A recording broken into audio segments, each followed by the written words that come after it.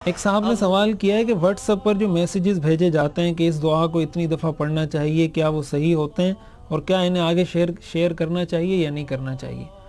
تو یہ تو اصل میں ڈیپینڈ کرتا ہے اس بات پر کہ کیا دعا انہوں نے بھیجی ہے، اس کے الفاظ کیا ہیں، اس کا مفہوم کیا ہے، اور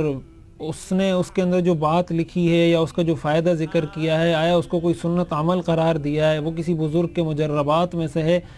کیا لکھا گیا اس میں؟ تو یہ تو اس پر ڈیپینڈ کرتا ہے کہ وہ پوسٹ کا اس کا کنٹینٹ کیا ہے، کیا لکھا گیا اس میں۔ اگر وہ صحیح چیز ہے، مستند چیز ہے، کسی حدیث سے ثابت ہے یا کسی بزرگ کا کوئی مجرب عمل ہے اور اس کے اندر کوئی ایسی ناجائز اور غلط چیز اس کے اندر نہیں ہے اور اس کو اس طریقے سے پڑھا جا رہا ہے یا کیا جا رہا ہے، تو اس میں تو ٹھیک، وہ بالکل ٹھیک ہے، کیا جا سکتا ہے، اس کو آگے شیئر بھی کیا جا سکتا ہے۔ لیکن اگر کنٹینٹ ہی ٹھیک نہیں ہے یا آپ کو اس میں شک ہے کہ یہ جو اس نے چیز بھیجی ہے آیا یہ ٹھیک ہے یا غلط ہے،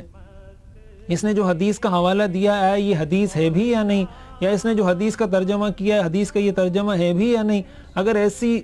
کسی بات میں ڈاؤٹ ہو رہا ہو، شک ہو رہا ہو، تو ایسے موقع پر نہ اس پہ خود عمل کریں نہ اس کو آگے شیئر کریں۔ اس کا طریقہ یہ ہے کہ کسی مستند عالم دین کے پاس جائیں، کسی مفتی کے پاس جائیں، اپنی مسجد کے امام صاحب کے پاس جائیں، ان کو بتائیں کہ یہ ایک پوسٹ آئی ہے، یہ ایک ویڈیو آئی ہے، یہ ایک تحریر آئی ہے، اس کے اندر یہ ساری چیزیں لکھی ہیں، یہ ٹھیک ہے یا غلط ہے، میں اس پہ عمل کر سکتا ہوں یا نہیں کر سکتا، آگے شیئر کر سکتا ہوں یا نہیں کر سکتا۔ جب آپ کو مکمل اطمینان ہو جائے اس کے بعد اس پہ عمل کریں، اس کو آگے شیئر کریں، اگر وہ ٹھیک ہے غلط ہے تو اس کو چھوڑ دیں۔ لیکن ہمارے ہاں جس طریقے سے روا روی کے اندر لوگ پوسٹیں بنا رہے ہوتے ہیں، حدیث کا حوالہ لکھ دیتے ہیں، حقیقت میں وہ حدیث ہوتی نہیں، کسی نے بخاری کا حوالہ لکھا ہوتا ہے وہ بخاری میں ہوتی نہیں، اور ہمارے لوگ بس بخاری، صحیح بخاری کا نام دیکھ کر یا حدیث کا لفظ دیکھ کر یا آیت کا نام دیکھ کر آگے شیئر کر دیتے ہیں۔ حضور علیہ الصلوۃ والسلام نے ارشاد فرمایا، من کذب علی متعمدا فلیتبوأ مقعدہ من النار، جس نے میری طرف جان بوجھ کر جھوٹی بات منسوب کی وہ اپنا ٹھکانہ جہنم میں بنائے۔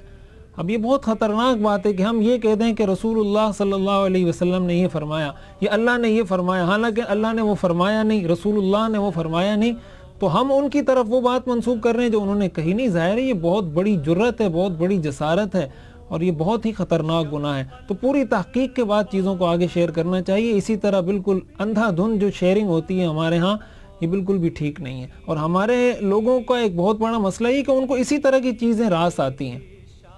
اسی طرح کی چیزوں میں دلچسپی ہوتی ہے۔ کوئی پیج لائک کیا ہوا ہے، اس میں طرح طرح کی چیزیں آ رہی ہیں، بس وہ سمجھ رہے ہیں کہ یہ بہت اچھی اچھی باتیں، اس کو آگے شیئر کر رہے ہیں، اس لیے کہ اس پیج کا نام کسی نے اسلام رکھا ہوا ہے یا اسلامک پیج رکھا ہوا ہے یا کسی مفتی یا مولانا کے نام سے بنایا ہوا ہے۔ عام لوگوں نے، ایک تو یہ کہ کسی مستند عالم دین کا کوئی آفیشیل پیج ہے اور اس پر ایک چیز آ رہی ہے اور آپ کو پتہ ہے کہ ان کا آفیشیل پیج ہے، تو اس سے یقیناً کوئی بہتر چیز آئے گی، مستند چیز آئے گی۔ لیکن عام لوگوں نے کسی کے نام پہ پیج بنایا ہوا ہے، کوئی اسلامی پیج بنایا ہوا ہے، تو پہلے آپ کو تحقیق کرنی ہوگی، اس کے بعد آپ اس پہ عمل بھی کر سکتے ہیں اور آگے شیئر بھی کر سکتے ہیں۔ میرا دل بدل دے،